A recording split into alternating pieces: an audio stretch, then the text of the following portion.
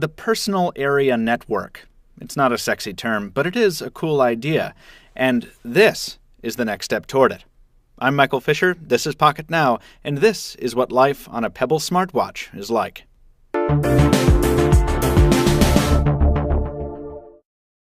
By now you've heard about Pebble, and if you haven't, you should read our editorials about the little device and the company behind it at pocketnow.com. And while you're at it, you should follow us, because that's a cool thing to do. Pebble isn't the world's first smartwatch, but it is, arguably, the world's best-known one. Part of that is because of the record amount of Kickstarter money that brought it into being, but the more important part is that it's a really good product that doesn't try to do more than it's designed to. This isn't a full smartphone on your wrist, or even an approximation of one. In its current form, Pebble is primarily a second screen for your notifications. A reason not to pull your phone out of your pocket or cross the room to go get it.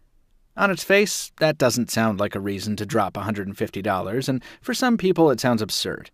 But if you're open to new ideas and a change in your routine, the convenience it brings is amazing.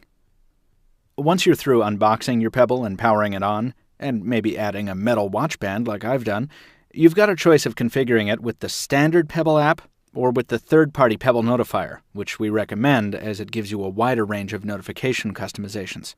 The watch connects via Bluetooth to your Android smartphone or iPhone. I've used mine on both a Galaxy Note 2 and Droid DNA, and outside of a couple minor bugs, TouchWiz and Sense don't fiddle too much with Pebble's functionality.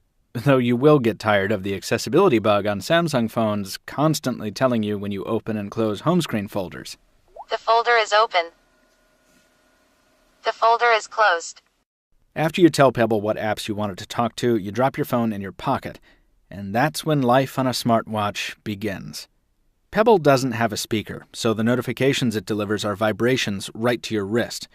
It's a little jarring at first, but you get used to it quickly, and it eliminates that feeling of uncertainty you get when you're carrying a phone in a backpack or in a cargo pocket on some loose pants. You never have to stop a conversation or take your headphones off to ask, "Is that my phone?" Because the bone-jarring vibration on your wrist is impossible not to notice. Speaking of those notifications, part of the reason wearing a smartwatch right now is so interesting is that no one around you knows what it is. Pebble's unique watch faces might catch their eye, but most average people still think it's just a fancy timepiece. If you get a lot of notifications that you're constantly checking, people will start asking you if you've got a hot date you need to get to or something like that. It almost forces you to explain what Pebble is, which, depending on how social you're feeling, is either a blessing or a curse. The notifications themselves on the e-paper display are short. They cut off after a few words, whether they're a text or an email, and some notifications don't contain any content at all. They'll just say, "new Twitter interactions" or some such. But it's usually enough to get the gist of the message and decide whether it's worth taking out your phone, and the screen is very easy to read under almost any lighting condition. At its core, Pebble is really a triage device. Instead of, "Oh, my phone buzzed, let me take it out and see what that was," it's, "Oh, my wrist buzzed. Let me see if I need to take my phone out at all."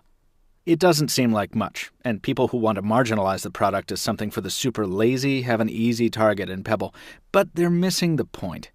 Fishing your phone out of your pocket or crossing the room to go get it, only to discover that it's a Facebook event invite you don't care about, is irritating. Running to find your ringing phone, only to find out that it's a telemarketer calling, is annoying. And Pebble removes that annoyance in a fun, hip, relatively stylish way. That's only scratching the surface of what's possible.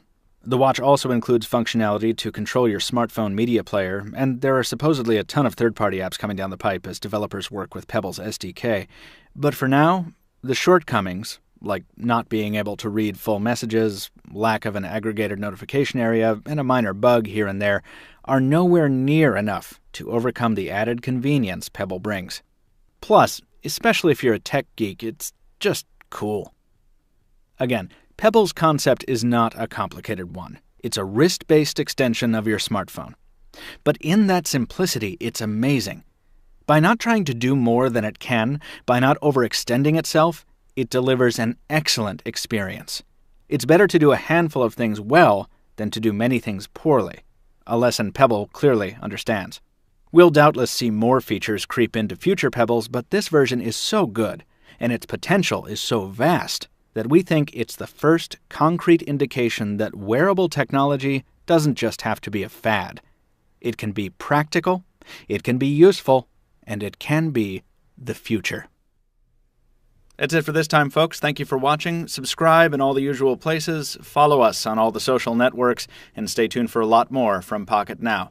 Thanks again for watching. We'll see you next time.